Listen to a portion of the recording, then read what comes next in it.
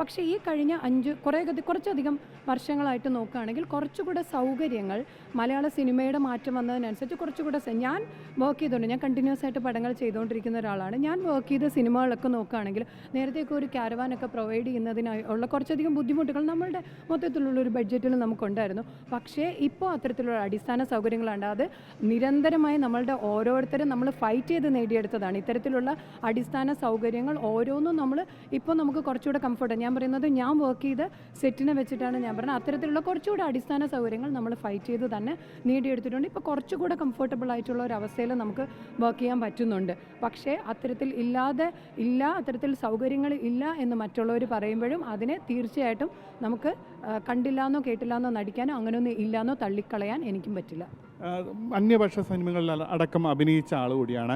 മലയാളത്തിലും മറ്റ് അന്യഭാഷാ സിനിമകളും കൂടി താരതമ്യപ്പെടുത്തുമ്പോൾ എങ്ങനെയാണ് മലയാളത്തിലെ ഒരു സാഹചര്യം? അതായത് ഏതെങ്കിലും രീതിയിൽ ഒരു കോക്കസ് വർക്ക് ചെയ്യുന്നുണ്ടോ? അല്ല, എനിക്കറിയില്ല. ഞാൻ പറഞ്ഞില്ലേ നേരത്തെ നിങ്ങൾ പവർ ഗ്രൂപ്പിൻ്റെ കാര്യം ചോദിച്ചു, കോക്കസിൻ്റെ കാര്യം ചോദിക്കണം. അതൊന്നും എനിക്കറിയില്ല. ഞാനൊരു ഗ്രൂപ്പിൻ്റെ ആളല്ല. ഞാൻ ഈ പറയുന്ന ഇഷ്ടപ്പെട്ട സിനിമകൾ ചെയ്യുന്നു.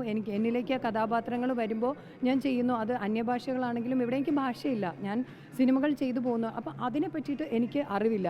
പക്ഷേ ഇത്തരത്തിൽ ഈ പറഞ്ഞ പോലെ തൊഴിൽ നിഷേധമാണെങ്കിലും ഇതെല്ലാം കേൾക്കുന്നുണ്ട്. എല്ലാവരുടെ ഭാഗത്തു നിന്നാണെങ്കിലും സ്വയം അനുഭവത്തിലാണെങ്കിലും ഇതെല്ലാം തന്നെ ഓരോ കാലഘട്ടത്തിൽ ഇങ്ങനെ അറിഞ്ഞു പോകുന്നുണ്ട്.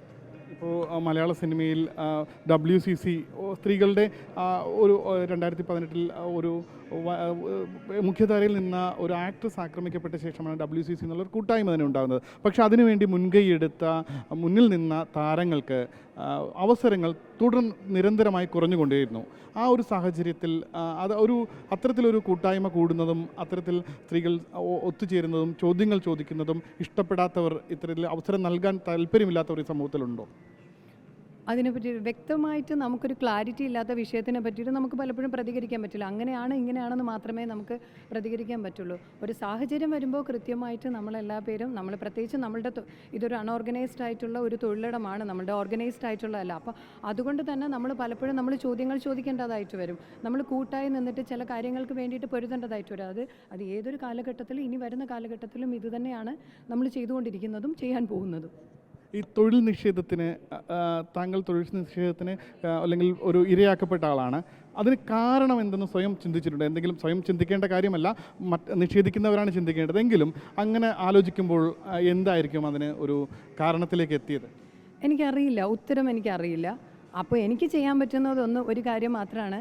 ഞാൻ ഒരുപാട് ഇഷ്ടപ്പെട്ട് സിനിമയിലേക്ക് വന്ന ഒരാളാണ്. സിനിമയാണ് ഞാൻ പറഞ്ഞ പോലെ എൻ്റെ ജീവനും ജീവശ്വാസവും അല്ല, സിനിമയാണ്. അപ്പോൾ അതിന് വേണ്ടിയിട്ട് കൂടുതൽ ഹാർഡ് വർക്ക് ചെയ്യുക, കൂടുതൽ അതിനുവേണ്ടി പരിശ്രമിച്ചുകൊണ്ടിരിക്കുക എന്നുള്ളത് മാത്രമാണ്. ഞാൻ കണ്ടിന്യൂസ് ആയിട്ട് 2005 മുതൽ കണ്ടിന്യൂസ് ആയിട്ട് ഞാൻ എൻ്റെ ഭാഷയിലാണെങ്കിലും അന്യഭാഷയിലാണെങ്കിലും ഞാൻ സിനിമകൾ ചെയ്തുകൊണ്ടിരിക്കുന്നു. അത്തരത്തിലുള്ള കഥാപാത്രങ്ങൾ ആ കഥാപാത്രത്തിന് ഞാൻ ഉചിതമെന്ന് തോന്നുമ്പോൾ അത്തരത്തിലുള്ള അവസരങ്ങൾ എനിക്ക് വരുന്നതിൽ എനിക്ക് ബെസ്റ്റ് എന്ന് തോന്നുന്നത് ചെയ്തു പോകുന്നുണ്ട്. എനിക്കറിയില്ല, അത്തരത്തിലുള്ള കാരണങ്ങളുടെ പിന്നാലെ ഞാൻ ഒരു പരിധിക്കപ്പുറത്തേക്ക് ഞാൻ പോയിട്ടില്ല. ഹേമ കമ്മിറ്റി റിപ്പോർട്ട് ഇപ്പോൾ സമർപ്പിച്ചിട്ട് ഇപ്പോൾ 4.5 വർഷം കഴിഞ്ഞു. അത്രയും കാലം ഗുരുതരമായ ആരോപണങ്ങളും നടപടികൾ എടുക്കേണ്ട കാര്യങ്ങൾ, അതായത് ഈ ഇൻഡസ്ട്രി വളരെ മാന്യമായി പ്രവർത്തിച്ചു പോകണമെങ്കിൽ നടപടി അടിയന്തരമായി എടുക്കേണ്ടതായിരുന്നു. പക്ഷേ ഇതുവരെ സർക്കാർ ആ വിഷയത്തിൽ നടപടി എടുക്കാതെ വിവരാവകാശം നിരന്തരമായി കൊടുത്ത് മാധ്യമപ്രവർത്തകർ അടക്കം നിരന്തരമായി വിവരാവകാശം കൊടുത്ത ശേഷമാണ് ഇത് പുറത്തു വരുന്നതും അതേ തുടർന്നാണ് ഒരു കോൺക്ലേവ് പോലും സർക്കാർ അതിലേക്ക് പോലും പോകുന്നത്. അതിൽ ഇത്രയും കാലം അത് പുറത്തുവിടാതെ സർക്കാർ എടുത്ത തീരുമാനം, പുറത്തുവിടേണ്ട എന്നുള്ള ഒരു തീരുമാനത്തിലേക്ക് എത്താനുള്ള ഒരു തീരുമാനം, ആ തീരുമാനത്തെ എങ്ങനെയാണ് കാണുന്നത്? ആദ്യമേ ഇങ്ങനൊരു കമ്മിറ്റിയെ വെക്കാമെന്ന് സർക്കാർ എടുത്ത തീരുമാനത്തിനെ പൂർണ്ണമായിട്ടും അപ്രീഷിയേറ്റ് ചെയ്യുന്നു. പക്ഷേ ഇത്രയും കാലം അത് വൈകിപ്പിച്ചത് തീർച്ചയായിട്ടും അപലപനീയമാണ്. കാര്യം അത് ബാധിക്കപ്പെട്ടവർക്ക് അല്ലെങ്കിൽ ഈ ഒരു മേഖലയിൽ പ്രശ്ന പരിഹാരത്തിനുള്ളൊരു കാലതാമസത്തിനാണ് അത് വഴിവെച്ചത്. തീർച്ചയായിട്ടും ഇപ്പോൾ ഒരു കോൺക്ലേവ് അല്ല വേണ്ടത്. ഇത് വേണ്ടതെന്ന് പറയുന്നത് നിയമ നടപടികളാണ്, ഒരു അന്വേഷണ കമ്മീഷനാണ്. തീർച്ചയായും കമ്മീഷൻ വെച്ചിട്ട് ഒരു നീതി ലഭിക്കും. അല്ല, തീർച്ചയായിട്ടും ഇത്തരത്തിലുള്ള ഇതൊരു ഹേമ കമ്മിറ്റി എന്ന് പറയുന്നത് അതൊരു റിപ്പോർട്ട് മാത്രമാണ്. ആ റിപ്പോർട്ടിൻ്റെ ബലത്തിൽ നമുക്കൊരിക്കലും ഒരു കേസ് എടുക്കാൻ പറ്റില്ലല്ലോ. ഇത്തരത്തിൽ ആരോപണ വിധേയരായിട്ടുള്ള അല്ലെങ്കിൽ എനിക്കിങ്ങനെ ഒരു പ്രശ്നമുണ്ട് എന്ന് പറഞ്ഞിട്ട് ഒരാൾ മുന്നോട്ട് വരുമ്പോഴത്തേക്ക് അതിന് കൃത്യമായിട്ടുള്ള നിയമ നടപടികൾ സർക്കാരിൻ്റെ ഭാഗത്തു നിന്ന് ഉണ്ടാകണം അത് കുറച്ചുകൂടെ കംഫർട്ടബിൾ ആയിട്ടുള്ള ഒരു അവസ്ഥയിലേക്ക് ഈ ഒരു വ്യവസായത്തിന് നമുക്ക് മുന്നോട്ട് കൊണ്ടുപോകാൻ പറ്റണം. ഇതിൻ്റെ ഭാഗമായിട്ട് നമുക്ക് നിന്ന് പോകാൻ പറ്റണം എന്നുള്ളതാണ്. അത്തരത്തിലൊരു നടപടി എത്രയും വേഗം സർക്കാർ എടുക്കുമെന്ന് അങ്ങനെ ഒരു ആവശ്യം മുന്നോട്ട് വയ്ക്കുന്നുണ്ടോ? തീർച്ചയായിട്ടും സർക്കാരിൻ്റെ ഭാഗത്തു നിന്ന് കുറച്ചുകൂടെ ഇതിനെ സീരിയസ് ആയിട്ട് തന്നെയാണ് എടുക്കുന്നത്. കുറച്ചുകൂടെ ആർജവത്തോടെ ഇതിനെ മുന്നോട്ട് കൊണ്ടുപോകണമെന്ന് തന്നെയാണ് എനിക്ക് പറയാനുള്ളത്. മറ്റെന്തെങ്കിലും ഇതോടൊപ്പം കൂട്ടിച്ചേർക്കാനുണ്ടോ? ഹേമ കമ്മിറ്റി റിപ്പോർട്ടിൻ്റെ ഒരു പൂർണ്ണമായി പഠിച്ചില്ല എന്ന് പറഞ്ഞു, എങ്കിലും ഇതിൽ മറ്റെന്തെങ്കിലും വിഷയങ്ങളെക്കുറിച്ച് പ്രതികരിക്കാൻ നിലവിലുണ്ട്? അല്ല, ഇത്രയേ ഉള്ളൂ.